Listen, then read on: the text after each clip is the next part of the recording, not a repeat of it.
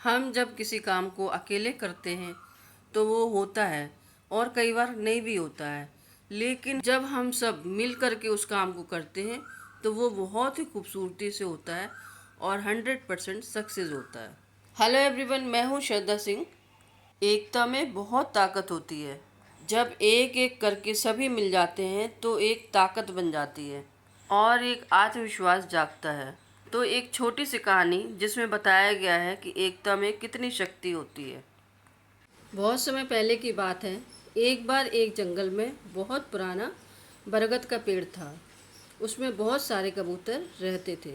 कबूतर जंगल में घूम घूम कर अपना भोजन ढूंढते थे और अपना पेट भरते थे। उन सभी कबूतरों में एक बूढ़ा कबूतर भी था और वो बूढ़ा कबूतर बहुत समझदार था। बाकी सभी कबूतर उस बूढ़े कबूतर की बात मानते थे। एक दिन उस जंगल में कहीं से घूमता हुआ एक शिकारी आया और उस शिकारी की नज़र उन कबूतरों में पड़ गई। उन कबूतरों को देखकर शिकारी की आंखों में चमक आ गई और उसने मन ही मन कुछ सोचा और सोचते हुए वहाँ से चला गया। लेकिन उस बूढ़े कबूतर की नज़र उस शिकारी पर पड़ गई थी।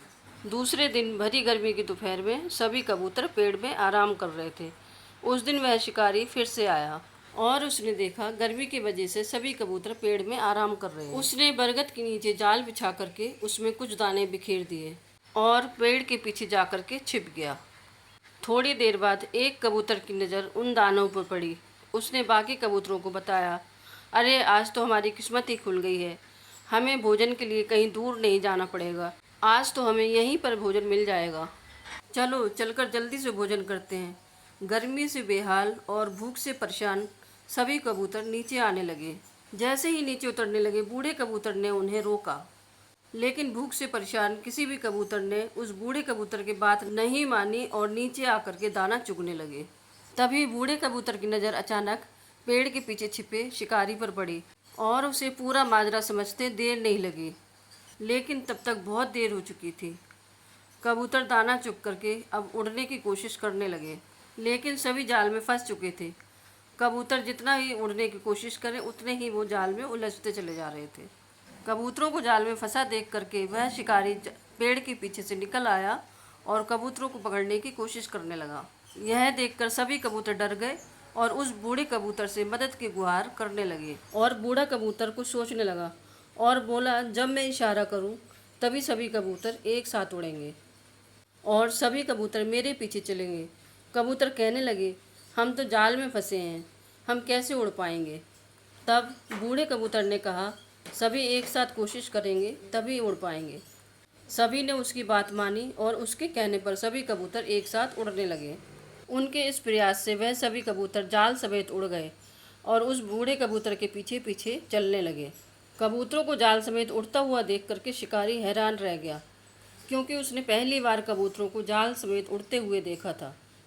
वह कबूतरों के पीछे पीछे भागा, लेकिन कबूतर नदी और पर्वतों को पार करते हुए निकल गए, जिससे शिकारी उनका पीछा नहीं कर पाया। इधर वो बूढ़ा कबूतर उन जाल में फंसे हुए कबूतरों को एक पहाड़ी के पीछे ले गया। वहाँ उस कबूतर का एक चूहा मित्र रहता था। बूढ़े कबूतर को आता हुआ देख करके चूहा मित्र का खुशी का ठिकाना नहीं रहा। लेकिन जब बूढ़े कबूतर ने सारी बात बताई तो वो हैरान रह गया और दुख भी हुआ। उसने कहा, मित्र तुम चिंता मत करो, मैं अभी अपने दांतों से इस जाल को काट दूंगा। उसने अपने दांतों से जाल को काट करके सभी कबूतरों को आज़ाद कर दिया। कबूतरों की खुशी का ठिकाना ही नहीं रहा। सभी कबूतरों ने चूहे को धन्यवाद दिया और उस बूढ़े कबूतर से क्षमा मांगी। हमें इस कहानी से ये शिक्षा मिलती है कि एकता में बहुत शक्ति होती है और हमेशा बड़ों की बात माननी चाहिए। अगर ये कहानी अच्छी लगी हो तो इसको ज़्यादा से ज़्यादा शेयर कीजिए, जिससे सभी को पता चले कि एकता में कितनी शक्ति होती है। ज़्यादा से ज़्यादा वीडियो को लाइक कीजिए और सब्सक्राइब कीजिए, साथ ही बेल आइकन प्रेस कीजिए ताकि आगे आने वाली सारी नोटिफिकेशंस आपको मिलती रहे। Thanks for watching.